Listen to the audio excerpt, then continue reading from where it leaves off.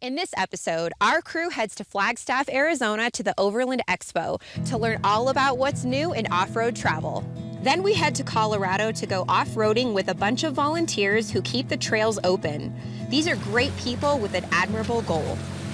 We top it off with a look at some cool products and a test of Beta's 430RR dual sport bike. It's all coming up next on Off-Road Travel TV.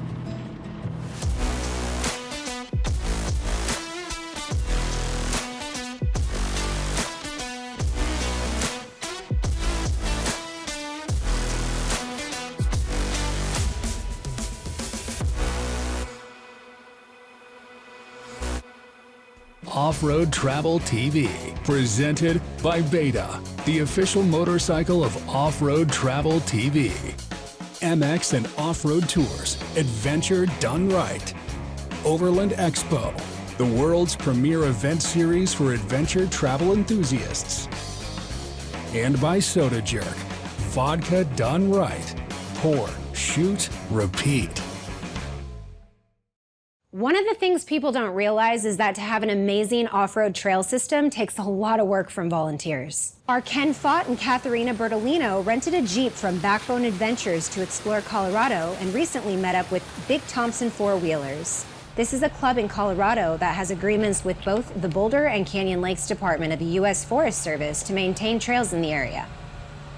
Club members actually start working on the trails about a week before the gates open for public access. They use a combination of muscle and technology to cut down or otherwise push, pull, and remove down trees and branches that block the trails.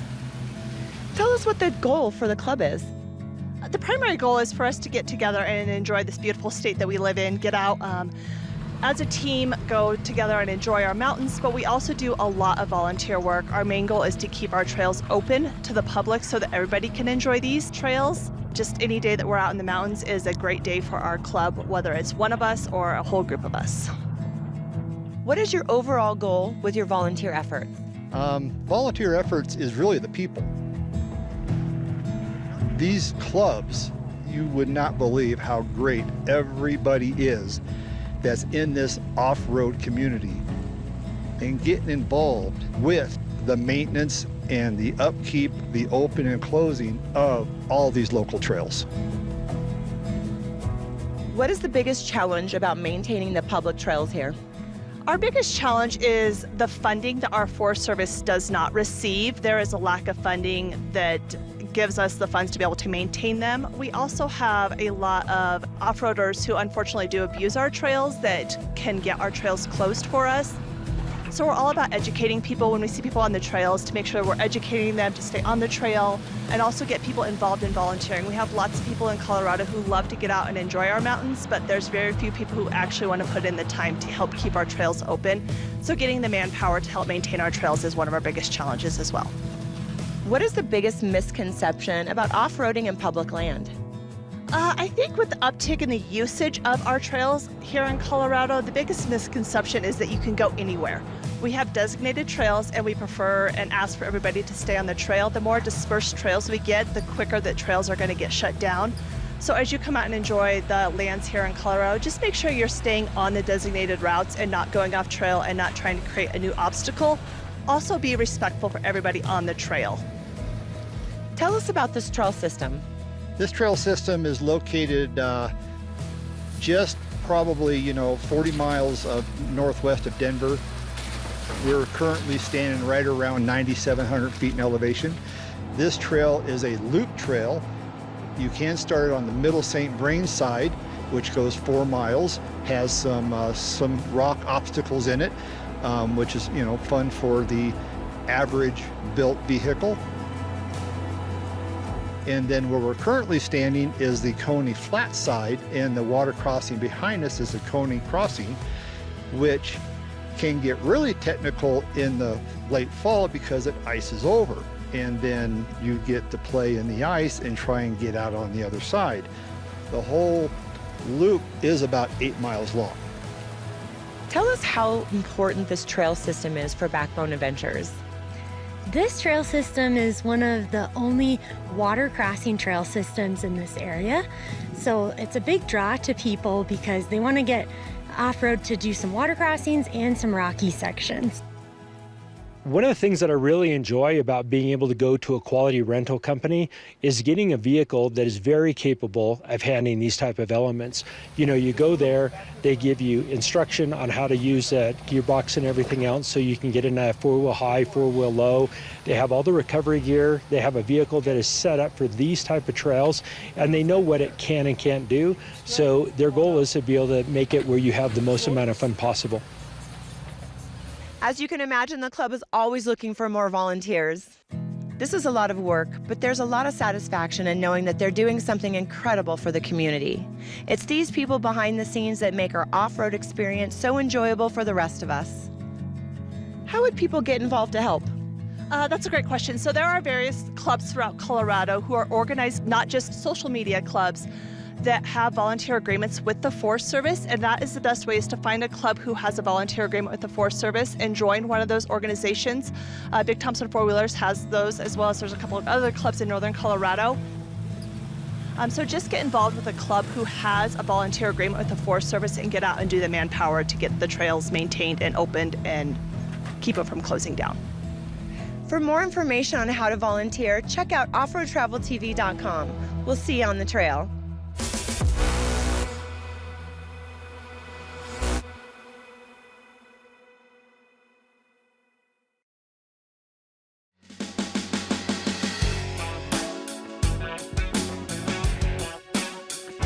We do a lot of off-road motorcycle riding, and one of our favorite aftermarket accessories are handguards. Handguards protect the rider's hands from smacking trees, getting hit with rocks from another rider's tire, and much more. One of our favorites are these Barkbusters Storm handguard kits. They cost between $150 and $230 and offer maximum coverage wind deflectors. They feature 2 secure mounting points and a full wraparound aluminum design. The metal is heat treated for added strength, which actually helps prevent your handlebars from getting bent during a crash. This kit includes all the mounting hardware, and installation is relatively easy. The tricky part is cutting the throttle tube correctly so the throttle doesn't get stuck. Just how to do this depends on your bike, the type of throttle tube, and other factors, but the instructions are easy to follow. The second are these Acerbis X Factor handguards, which cost less than $100. These are made out of polypropylene and are lightweight. These are designed for motocross, trail, and enduro applications, and mounting them to an adventure bike may require relocating the controls. Acerbis also sells an X Factor universal mounting kit and bar inserts for larger handlebars such as Pro Taper, Magura, and Twin Wall handlebars. We got ours from RevZilla.com, which sells a wide variety of accessories for motorcycles, ATVs, and UTVs. For more information, check out offroadtraveltv.com. We'll see you out on the trail. Ever wanted to know where you could find the coolest new products for overlanding? Our team heads out to Flagstaff, Arizona to check out the nation's largest event for this unique form of off-roading. Brittany Musgrave and I talked to regular attendees along with influencers to find out what attracts them and the 400 vendors to this amazing event. What attracted you to the overlanding experience and off-road camping? I think it's just freedom to get out there and see new things.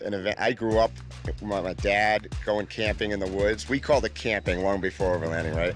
And just hanging out and going to see new places and new faces. What makes this event so exciting for 511? Well, for 511, getting into the outdoor industry, it's exciting to be able to see all of our customers and interact with them and kind of get their feedback on what they're looking for. What makes this event so special? Man, I think at the end of the day, we go to a lot of events, whether it's the overland space or motorcycles or cycling, and I have yet to feel a sense of community like I have felt here at Overland Expo. I think at a lot of other events, smaller businesses kind of get pushed a little bit to the wayside. And here, no matter what if you're in a triple wide space looking at 10 different tents, or you're at a small business where it's a mom and pop putting together really cool products, everyone feels like they've got equal value and a place here, and I think that's super unique to the Overland Expo. What is the most fun aspect of overlanding for you? It's the adventure. It's not knowing what you're going to come across next, getting out in nature and wilderness and exploring. And you never know what you're going to come across. You might find somewhere cool, stay there for a few days, or you might move right along. It's the adventure of the unknown. What changes and trends have you seen recently in overlanding? That's a good question. That one I'd have to think about usually. But I think one of the things we're seeing is that, there's been a surge where everything's gone up and up and up, and now things have kind of settled down a little bit. And we're seeing people are finding out that less is more. You don't necessarily need a million things, but you do need to get out and go out and explore is great. What kind of changes have you seen in overlanding over the past few years? A big trend I've seen is actually downsizing. So lots of our customers, they've had the 40-footers, the big toy hauler trailers, and people really want to get outdoors. They want to get to those tight places. So people have been downsizing, taking just their trucks versus always having a massive trailer, because people really want to get to those far out places. What trends are you seeing in overlanding? We're seeing a lot of trends that focus on the newcomers to overlanding. They want more lightweight, more versatile gear. They're interested in the solar panels, the solar gear, eco-conscious materials, anything that can help make their travels safer, like GPS technology. Tell us about the excitement of cruising around here and looking at all the new products. Oh, looking at all the new products is sometimes overwhelming, and it is exciting too to see what companies come up with to fix those problems that you didn't know you had. Why did you guys decide to debut your new rooftop tent at this show? Well, this is a one-of-a-kind concept that we built, and we wanted to get really good feedback on it, on how to make the final product as best as it can be.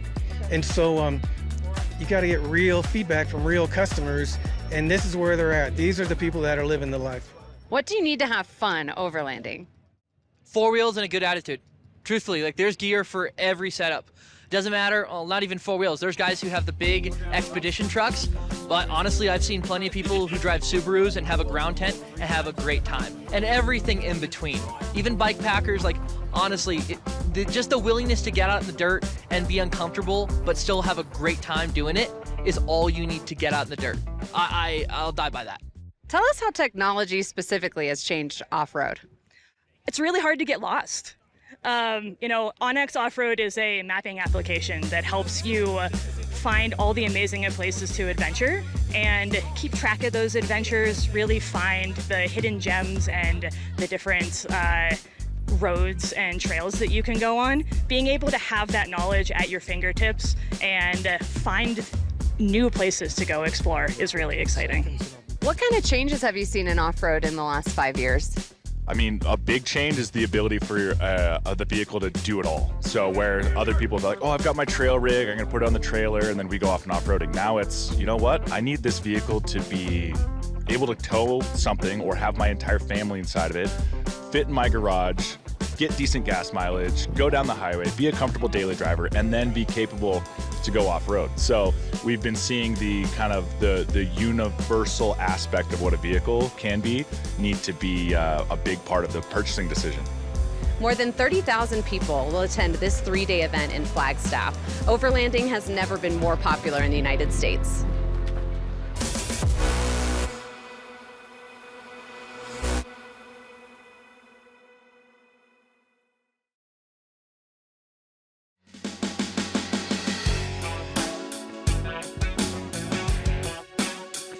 There have never been more choices for cool products to enhance your off-road experience. We'd like to show you 3 of our favorites.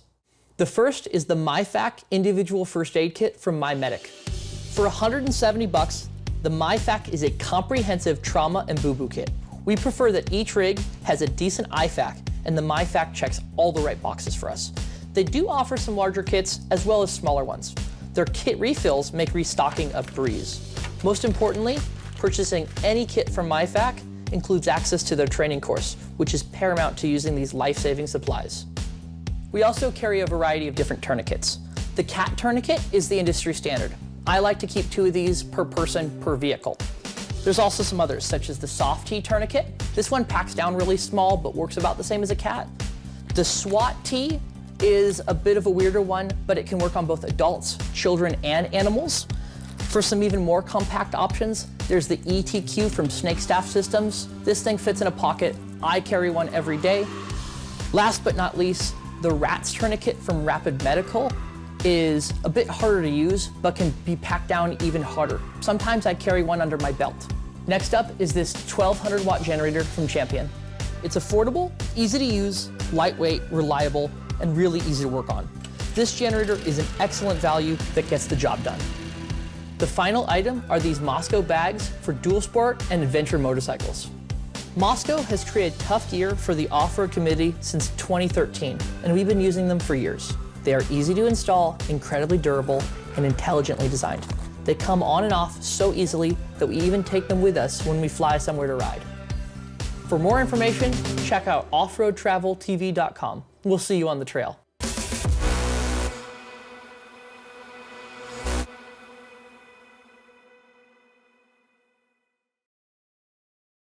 Beta is an Italian manufacturer that's been making motorcycles since 1948, and they are incredible. This past season, Ken Fott and friends tested a 430RR dual sport bike in the western United States and absolutely loved this machine. Here's their story. I love dual sport bikes because they're basically street legal versions of competition dirt bikes. In the case of the Beta 430, it's a single cylinder liquid cooled 4-stroke that produces around 43 horsepower. Its emission package allows it to be street legal in all 50 states, and at approximately 250 pounds, it's among the lightest weight bikes in what we feel is a serious dual sport category. I think I have a huge liking for dirt bikes because you can get out and see stuff that nobody else gets to see. I mean, you'd have to be a backpacker with a 40 or 50 mile range to be able to see the stuff we get to see in one day. You know, you get to see gold mines, you get to see unbelievable stuff off grid.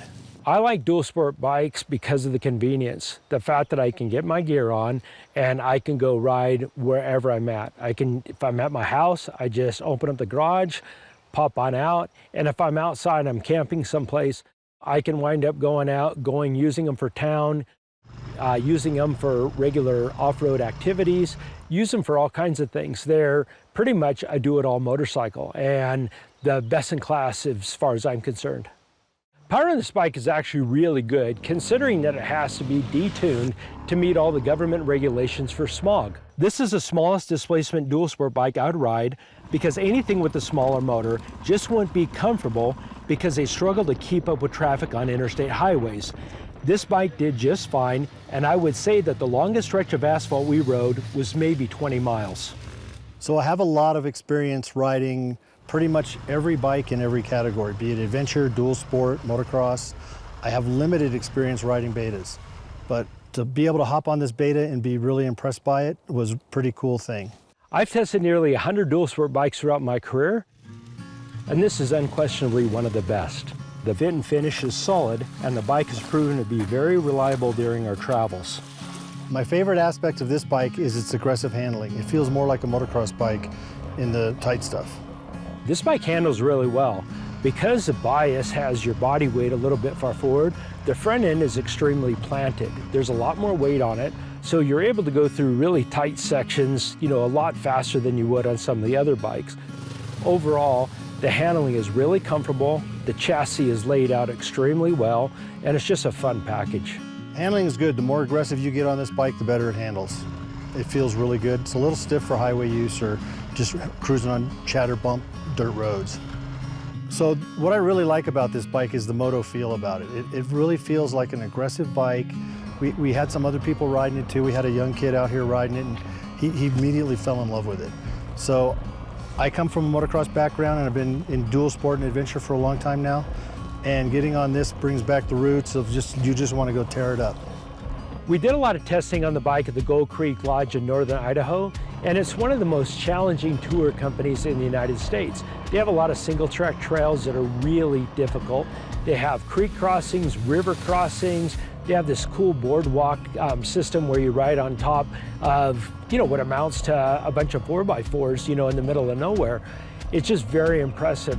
And you connect that with a lot of two-track trails, and just fell in love with the bike right off the bat and was able to carry that all the way through some of the riding that I've been able to do in Utah and Colorado and Arizona, Nevada. So just absolutely enjoy riding dual sport bikes. And if you're new to off-roading and you want something that is going to be an incredible value, a dual sport bike is that machine. Power on this bike overall is good. Could use some low-end torque. Feels more like a high-performance bike, so lugging it is a little bit tough. Maybe changing the gearing would help that situation out. The transmission on this bike is probably a little bit close together. It's pretty tight, almost motocross gear, you know, tranny style. Clutch feels really good, has a really good release point. Feels good, the levers, all the controls feel right there like they're supposed to. So overall, you know, you hop on, you feel comfortable right away. This bike is actually relatively quiet, and that's important because, in my opinion, the louder motorcycles are, the less opportunity you have to be able to go out riding without bothering someone. And one of the reasons that a lot of the trails get closed is because of sound. People get frustrated, they start complaining to government officials, and from there, we lose a lot of our riding areas. So having a bike like this, which is quieter than a competition model, is really important. And that's one of the main reasons I love dual sport bikes so much. To be honest, I haven't found any bad habits this bike has. There might be a few things it doesn't do as good as something else, but you know, bikes are a give and take. Overall, it's a great bike. My favorite aspect of the bike is that the overall package is really complete. Right from the factory showroom floor, the bike doesn't need much. It is very capable, has solid power, good handling, feels very lightweight, compact, nimble. It's just a great overall package. So I really don't have too much experience on a Beta, so I'm pleasantly surprised. Hopped on, you know, really good bike. I had some preconceived notions maybe about it, and this is a mainstream bike. This is something you'd take a look at. If I could change one thing on the bike, it'd probably be moving the handlebars back a little bit, maybe with a taller bend handlebar or an aftermarket triple clamp. I tend to ride far forward on the bike, so something like this would really help my riding style. About the only performance item we used were several different sets of Dunlop tires. We wanted something more aggressive because of the type of off-road riding that we do. If this was my bike and I owned it, there's only a couple things I would do to it. And performance-wise, not really.